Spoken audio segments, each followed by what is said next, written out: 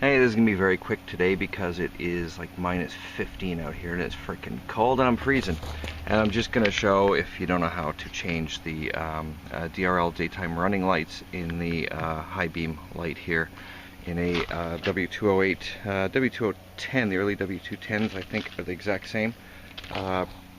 Should be pretty close. Anyway, I'm going to set this camera up so it's viewing the back of the bulb holder. I'm going to do the one on the driver's side. The outer is the high beam, outer is the low beam, inner is the high beam of the DRL. So I'll show you that in 2 seconds. I'll just set this camera up.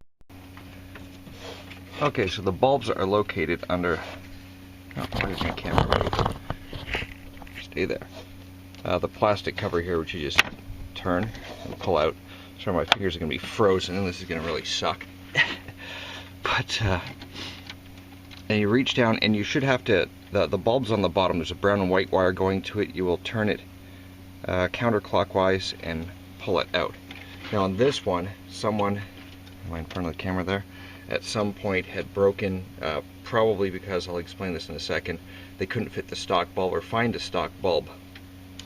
And I'm going to show you the difference between, this is what a regular, I just put a regular LED in there to see if I like the color. I didn't have the proper bulb and I put it back because someone had already broken this little housing to fit a regular bulb in there. Now this is a regular BA9S bulb, Bravo Alpha 9 Sierra.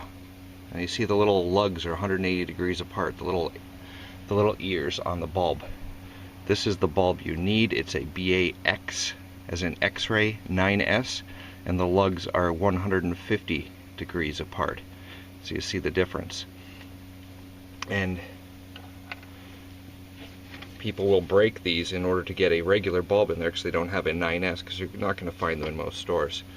So basically all you do is pull that out, like I said, take the 9S, stick it in. Most of these LEDs will be canbus compliant now, and they're not going to trip an error code. It only goes in one way. Stick it in and turn. I'll turn the ignition on so you can see it.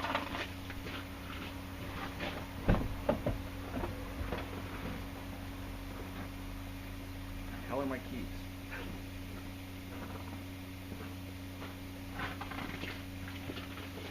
Sorry, I gotta find my damn keys. I just put them down somewhere.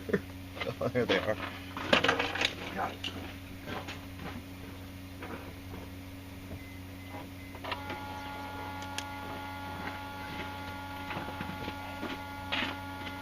No, I gotta start the car. Sorry.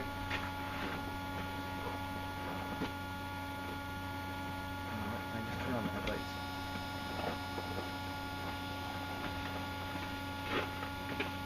Okay, I just turned on the headlights because I don't need to talk over the engine roaring.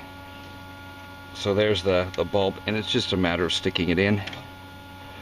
And then there's two little tabs in there, turn clockwise and lock it in. Even if yours has been broken off, it'll still stay in there with friction. And that is about it. Like I said, most bulbs sold, most LEDs sold today are going to be canbus compliant and are not going to trip your computer to show a blown bulb or defective bulb on your computer. Anyway, I'll throw the other one in and we'll check to make sure that it doesn't set off the bulb sensor. Back in a second. Okay, there they are both on, and we'll start the car to see if the LED or the light error warning light is going to go off.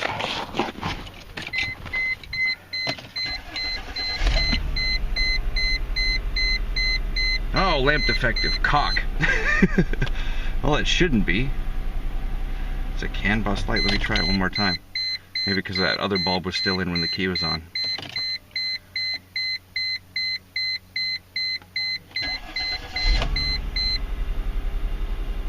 Check engine. No, that's fine because I do have a check engine light on. It's an evap sensor. Lap defective. Fuck you. Excuse my expression. Yeah, that's my evaporative evap sensor in the gas tank or in the charcoal canister going funky because it's way too cold, and Spilled gas again last night, over pumping fuel because it was just too cold. The tank wasn't compensating for the fuel pressure, and overflowed, and I guess got into the charcoal canister again, and that damn check engine light went off, which I'm gonna have to reset. But apparently these stupid things did not. I wonder why they're chirping it. They shouldn't be. They're canbus compliant. Anyway, I'll try them again and see if it makes any better. Either way, that's the way you do it. What a screw up. Sorry about that, thanks. Okay, so I'm not completely nuts. I was resetting the check engine light, which I'm doing right now. I decided to take a walk around, and one of my taillights was burned out. I guess it burned out for about 3 weeks. I had those LEDs in there while I was waiting for the BAX9S bulbs to come in, the proper bulbs to come in. And while those were coming in, and every day the bulb, the illumination light would come on, I was attributing it to the bulbs, which it was. They weren't the proper bulbs. They weren't canbus compliant bulbs. But at the same time, a tail light burned out, which I didn't notice. I just assumed was that those bulbs up there. So when I put in the canbus ones, it was still going off because of the tail light bulb.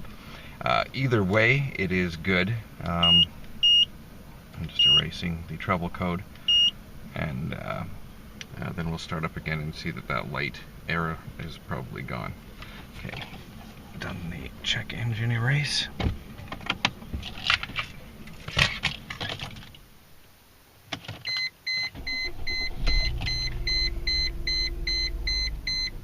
There we go. So those bulbs are CAN-bus compliant. All that bitching and swearing earlier was for nothing.